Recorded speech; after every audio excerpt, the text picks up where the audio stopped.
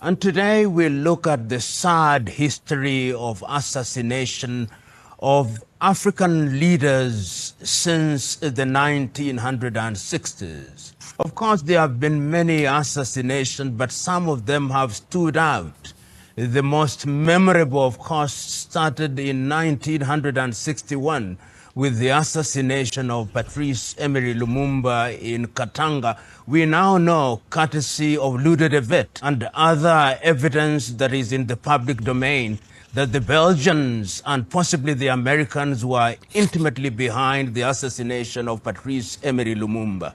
Of course, after Lumumba's death, and we will talk a little about why Lumumba was assassinated, we will remember the assassination in 1963 in Lomé, Togo, of Sylvanus Olympio, the first president of that country. After that, there were a series of assassinations. We'll remember the coup in Nigeria in the month of January 1966. We do not have the details as yet, but we saw the death of Abubakar Tafawa Balewa, who was then the first prime minister of the Federal Republic of Nigeria. On that night, of course, the death of the Sultan of Sokoto, Sir Ahmadu Bello. And it did not stop there. We saw once again in 1969, in the midst of the struggle for the liberation of Mozambique, the death of Eduardo Mondlane in Dar es Salaam, Tanzania, when he received a bomb hidden inside a book, and Eduardo Mondlane's death was as debilitating as it was frustrating. And it did not stop there. Once again, in Guinea, in Conakry, we saw the death of Amilcar Cabral, who was then in the midst of the struggle to liberate Guinea-Bissau and Cabo Verde from the chains of Portuguese colonization. And it did not stop there. Later, we saw the death of the young Tiro Ngopotse, who was involved in the struggle in South Africa. And we saw other assassinations. Of course, we are familiar with the death of Samora Moises Machel. The jury is still out of who the prosecutors of his death were, but we know that his plane was brought down. And it did not stop there. The death of Thomas Isidore Sankara in 1987 was also a death that debilitated the struggle which had just started in earnest in a country then known as Upper Volta, but whose name was changed to Burkina Faso. That death in Ouagadougou, we now know, could have been at the behest of France, and we know that there has been a successful prosecution of Blaise Compaoré, who we know was a comprador of the French. Much more recently, in the year 2011, the painful death of Muammar al-Gaddafi in the year 2011.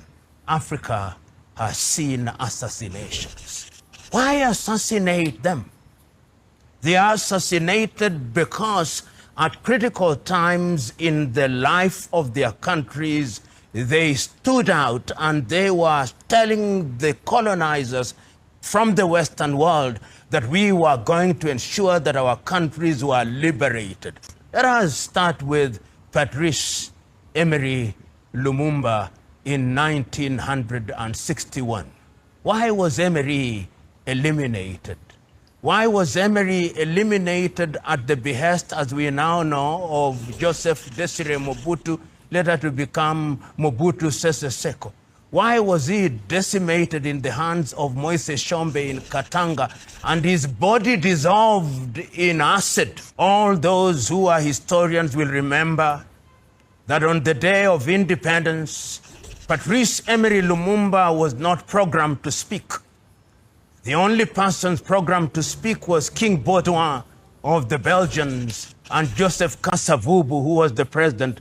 But Patrice rose and spoke and gave a speech that has remained iconic. He told his audience on that day that Congo will never be the same again. He told his audience on that day that Congolese resources will be utilized for the sake of the Congolese. He told his audience that the history of Congo will be written by the Congolese. And a decision was made at that time that Patrice Emery Lumumba must be eliminated. And who are to eliminate him? His own people whom he had brought to the fore. Mobutu Sese Seko was in the forefront. And of course, Joseph Kasavubu was used to dismiss him from the office of Prime Minister. They took Emery Lumumba from Kinshasa and took him to Katanga, and we now know that Moise Tshombe was present when he was being tortured and ultimately assassinated. The reason was because of Congo's resources. Congo is estimated to be one of the richest resource countries in the world, conservatively estimated in the 1990s that our resources would be in the neighborhood of 34.1 trillion United States dollars, and you could not have a Lumumba stand in the way. We now know that even the uranium that was used in the bombs that were dropped on Nagasaki and Hiroshima were from uranium from the Democratic Republic of Congo. You could not have Lumumba, and Lumumba was assassinated. And the spirit of Lumumba has never allowed Congo to be at peace.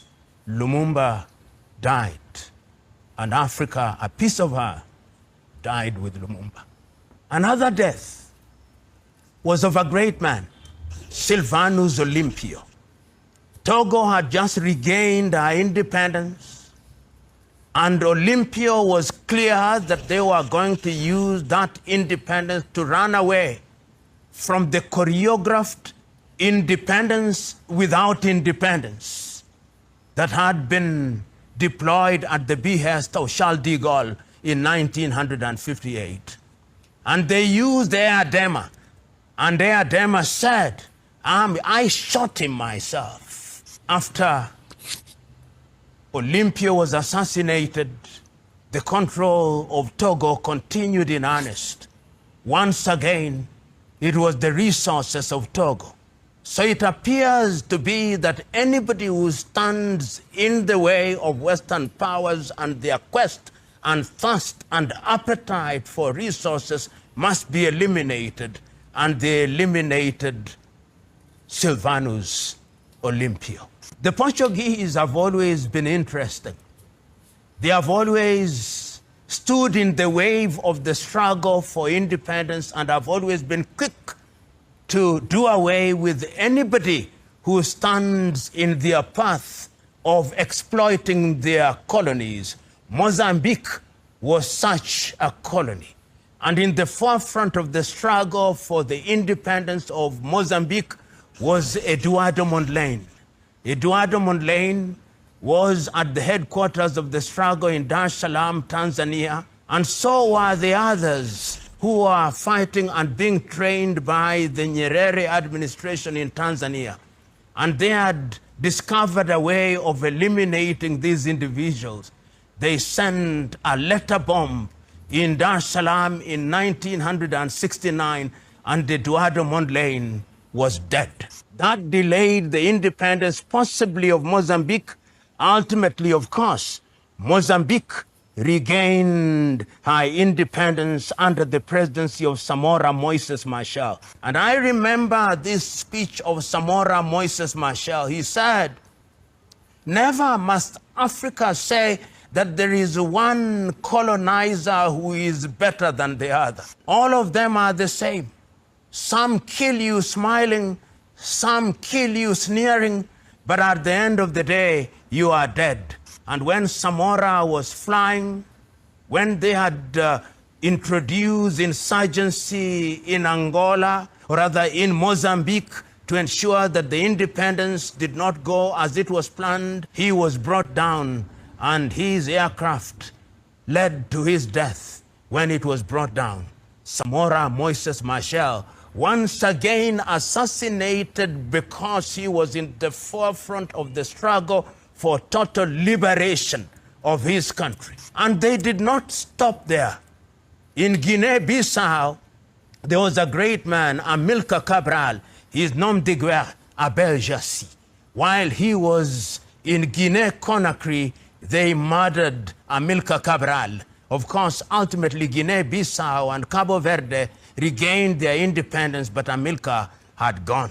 In South Africa, as they struggled against apartheid, they used different means, but immediately after the apartheid regime had been brought to his knees, one of the most iconic and most revolutionary men in South Africa, Chris Hani, was assassinated in 1993 because the white apartheid protectors knew that Chris Hani was a different kettle of fish. The most iconic, of course, was, and I use the word iconic very deliberately, some may say inappropriately, but I use it regardless, Muammar al-Gaddafi.